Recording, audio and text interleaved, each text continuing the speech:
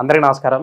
ఇవాళ మన స్టూడియోలో ప్రముఖ ఆధ్యాత్మికవేత్త జ్యోతిష్య పండితులు జయేష్ శర్మ గారు ఉన్నారు. గురువుగారితో మాట్లాడదాం. గురుగారు నమస్కారం. 2025 ఫిబ్రవరి మాసం వృశ్చిక రాశి వారికి ఎలాంటి ఫలితాలు ఉండబోతున్నాయి గురుగారు? శ్రీ గురుభ్యో నమః. శ్రీ మహాగణాధిపతి నమః. శ్రీ మహాసరస్వతి నమః. ఓం శ్రీమాత్రే నమః. వృశ్చిక రాశి వారికి విశాఖ నక్షత్రం 4వ పాదము, అనురాధ నక్షత్రం 4 పాదాలు, అట్లనే జ్యేష్ఠ నక్షత్రం 4 పాదాల వాళ్ళు ఈ యొక్క వృశ్చిక రాశి వారు. ఈ వృశ్చిక రాశి వారికి గ్రహస్థితి చూసినట్టయితే వీరికి తృతీయంలో రవి, తదుపరి చతుర్థ స్థానం సంచారం, అట్లాగే బుధుడు కూడా తృతీయంలో ఉండి తర్వాత చతుర్థ స్థాన సంచారము, శని వీరికి చతుర్థ స్థానం అర్ధాష్టమ శని నడుస్తుంది. అట్లా పంచమ స్థానంలో శుక్ర రాహువులు సంచారము, సప్తమ స్థానంలో గురువు, అష్టమ స్థానంలో కుజుడు వక్రీకరించి ఉండడం, అట్లానే వీళ్ళకి ఏకాదశంలో కేతు. ఇది గ్రహ సంచారం వృశ్చిక రాశి వారికి. ఈ గ్రహ సంచారం చూసినట్టయితే వీరికి తృతీయంలో రవి 12వ తారీఖు 13వ తారీఖు వరకు ఉంటున్నారు కాబట్టి యోగదాయకమైనటువంటి సమయం. కానీ ఆ యోగదాయకం ఎప్పుడైతే రవి చతుర్థంలో మారుతాడో తండ్రికి కించిత్ అనారోగ్యం వచ్చే అవకాశం ఉంది, జాగ్రత్తగా చూసుకోవటం మంచిది. అట్లానే బుధుడు కూడా వీరికి చతుర్థ స్థానం ముందు సంచారం. బుధుడు వల్ల చాలా యోగదాయకమైన సమయం. ఎందుకంటే బుధుడు వల్ల బంధువుల వల్ల లేదైనా మీకు దగ్గర స్నేహితులు కానీ దగ్గరి వారు అంటే మీకు తోబుట్టువులు కానీ వాళ్ళ వల్ల కానీ బంధువుల వల్ల కానీ మంచి ఆహ్లాదకర వాతావరణం ఉంటుంది. వాళ్ళ యొక్క సహాయ సహకారాలు పూర్తిగా ఉంటాయి. వాళ్ళ యొక్క ఏదైనా వాళ్ళతో పాల్గొనటం, భోజనాలకు ఎంటర్టైన్మెంట్ అట్లాంటి ప్రోగ్రామ్స్ ఏవైతే ఉంటే చాలా బాగా ఉంటాయి చతుర్థమందు బుధుడు వల్ల. అట్లాగే వీరికి వ్యాపారంలో కానీ మళ్ళీ ఏదైనా లగ్జరీగా గృహోపకరణాలు కొనుక్కోవటంలో కానీ అట్లాగే ఇంకా ఏమైనా కొత్త ఆలోచనలు రావటం, ముందుకు వెళ్ళడం ఆలోచన పరంగా అవన్నీ కూడా చాలా బాగా ఉన్నాయి బుధుడి వల్ల. నిరుద్యోగులు, విద్యార్థులు వీళ్ళ పరిస్థితి ఎలా ఉండబోతుంది గురుగారి మాసంలో? విద్యార్థులకి చాలా యోగదాయకమైన పీరియడ్. చదువుకున్నటువంటివన్నీ కూడా జ్ఞాపక శక్తి వల్ల, మేధా సంపత్తి వల్ల బాగా రాస్తారు. ఎటువంటి ఇబ్బందులు లేవు.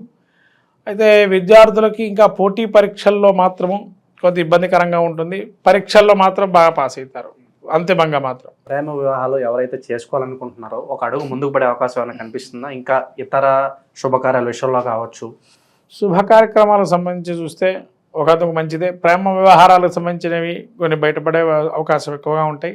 వాళ్ళు ప్రేమ వ్యవహారాలు చేసేటువంటి వారు ఎవరైతే ఉంటారో రహస్యంగా వాళ్ళ యొక్క ప్రేమ వర్తనాలు అవన్నీ కూడా నడుస్తూ ఉంటాయి. అలా వాళ్ళు ఒక నిర్ణయాన్ని కూడా తీసుకునే అవకాశం ఉంటుంది.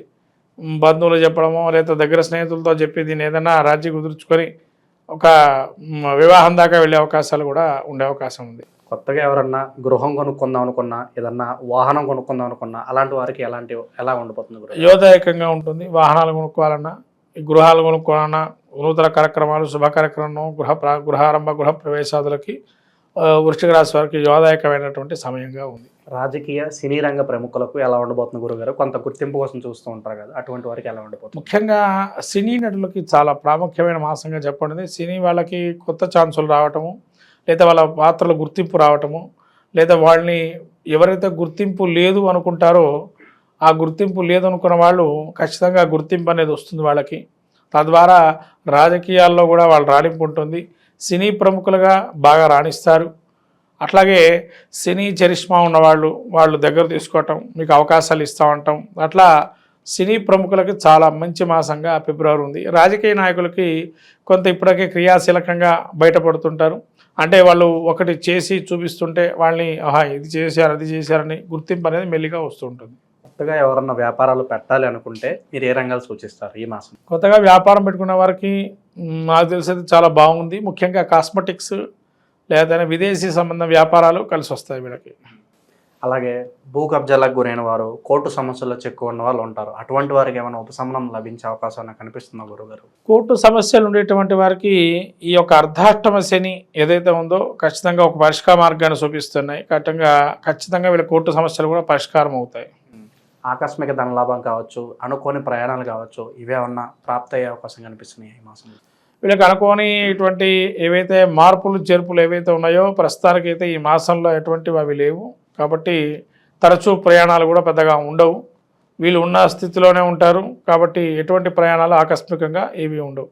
సంతానం కోసం ఎదురు చూసే వారికి అలాగే వైవాహిక జీవితం ఎలా ఉండబోతుంది గురుగారు? సంతాన విషయాల్లో చాలా అద్భుతంగా ఉంది. పంచమంలో శుక్రుడు అంటే రాహు కలిసి ఉన్నారు కాబట్టి సంతానానికి సంబంధించిన వ్యవహారాలు చాలా బాగానే ఉంటాయి, ముందుకు వెళ్ళొచ్చు. తర్వాత దాంపత్య అనుకూలం కూడా బాగుంది. మంచి పేరు ప్రఖ్యాతులు కూడా కొంతమంది ఆలుమొగలు ప్రఖ్యాతులు గంచిన వాళ్ళు ఉంటారు, డాక్టర్స్ కానీ లాయర్స్ కానీ, అటువంటి వారికి యోగదాయకంగానే ఉంటుంది. ఇంకా మంచి ఫలితాలు పొందడానికి ఈ రాశి వారికి ఏదైనా రెమెడీస్ ఉంటే సజెస్ట్ చేయండి గురుగారు. వీళ్ళకి ముఖ్యంగా ఈ కుజుడు అష్టమంలో ఉండడం వల్ల ప్రతి మంగళవారం రోజు కుజుడికి అర్చన చేసుకోవటం, లేదా రాగి పాత్రలో కుజుడికి ఎరుపు రంగు ఒత్తులతో దీపారాధన చేసి ఆ అంగారక స్తోత్రం చదువుకోవటం చేయడం వల్ల కొద్ది వరకు అంగారక అనుగ్రహం కలుగుతూ సుబ్రహ్మణ్య క్షేత్ర దర్శనం కూడా చాలా మంచిది. అట్లాగే సుబ్రహ్మణ్య క్షేత్ర దర్శనము, తర్వాత విభూతితో సుబ్రహ్మణ్య స్వామికి అభిషేకం చేయటము, అట్లాగే ఏదైనా కానీ కుజుడికి సంబంధించినటువంటి ఏదైనా మనకు లోహం అంటే రాగి లోహంతో చేసినటువంటి ఏదైనా ఉంటే దానం ధర్మం చేయటం, లేదా కందులు ఏదైతే ఉంటాయో ఆవుకి నానబెట్టేసి ఆవుకి పెట్టడం, ఎర్ర ఆవుకి పెట్టడం కూడా మంచి ఫలితాలుగా గోచరిస్తుంది. మనకు రాబోయేటువంటిది ఈ మాఘమాసం, ఫిబ్రవరి నెల. ఈ మాఘమాసంలో అందరికీ తెలిసినటువంటి ఉత్తరాయణ పుణ్యకాలం వచ్చిన తర్వాత మొదటి శుభమాసంగా అందరూ మాఘాది పంచమాసాలు పెళ్లికి కానీ శుభ కార్యక్రమాలకు కానీ చాలా ఉపయోగకరంగా అనేకమైనటువంటి పుణ్యమైనటువంటి రోజులు ఉన్నాయి. ముఖ్యంగా చెప్పాలంటే సంతానం కోసం ఎవరైతే వెయిట్ చేస్తూ ఉన్నారో వాళ్ళకి చాలా అద్భుతమైన మాసంగా మాఘమాసం చెప్పబడింది. ఎందుకంటే శివ మహాపురాణంలో చెప్పబడిన విషయాలు మీకు కొన్ని ఇప్పుడు చెప్తున్నాను ఈ మాఘమాసంలో విశేషం గురించి. ముఖ్యంగా భీష్మ పంచక వ్రతం, ఈ భీష్మ పంచక వ్రతం ఏదైతే ఉంటుందో, ఎవరైతే సంతానం లేనటువంటి వారు భీష్మ పంచక వ్రతాన్ని ఆచరిస్తే కనుక సంతానం కలుగుతుందని శివమహాపురాణంలో తెలుపబడింది. అట్లానే మనకు పుత్రదా చతుర్థి అని చెప్పి ఒకానొక చతుర్థి తిథి కూడా ఈ యొక్క సమయంలో వస్తుంది. అంటే సంతానం అటువంటిది ఎవరికైతే చాలా ఇబ్బందులు పడుతూ అనేకమైనటువంటి వైద్యంలో కూడా సంప్రదిస్తూ ఉండేటువంటి వారికి ఈ యొక్క మాసం మీరు ఏదైతే అనుకుంటున్నారో ఆ సంతానవంతులు కావాలనుకునేటువంటి వారు ఈ భీష్మ పంచక వ్రతాన్ని ఆచరించడం ద్వారా ఖచ్చితంగా కలుగుతుంది. అలానే మనకు పితృ సంబంధమైనటువంటి ఏదైతే మనకు పితృశాపాలని అంటాము, ఇటువంటివన్నీ కూడా మనకు ఈ మాఘమాసం పౌర్ణిమ మహామాఘి అని కూడా అంటారు. కాబట్టి ఈ మహామాఘి ఏదైతే ఉందో ఈ మాఘమాసంలో వచ్చేటువంటి పౌర్ణమి రోజున ఎవరైతే ఉపవాసం చేసి లలితా సహస్రనామం పారాయణం చేసుకొని నవనీతాన్ని కానీ పాయసాన్ని కానీ చంద్రుడికి సమర్పించి అమ్మవారికి ఉపవాసం ఉన్నట్లయితే ఖచ్చితంగా ఆ విధంగా మనకు ఉత్తర పీఠిక, లలితా సహస్రనామాలు ఉత్తర పీఠికలో ఉంది. ఆ ఉత్తర పీఠిక మీరు చదువుకున్నట్లయితే ఖచ్చితంగా ఎన్ని సంవత్సరాలు కానీ ఎన్ని నెలలు చేస్తే ఈ ఫలితం వస్తుందో కూడా చెప్పబడింది. అలా శ్రీచక్రార్చన ఇవన్నీ కూడా ప్రాముఖ్యంగా మాఘమాసం చాలా విశేషమైనటువంటిది. అట్లాగే మీకు ఈ భీష్మ ఏకాదశి అని, అట్లానే మనకు మహామాఘి అని, మహాశివరాత్రి, ఇలా పర్వదినాలన్నీ కూడా ఈ మాఘమాసంలో వస్తాయి.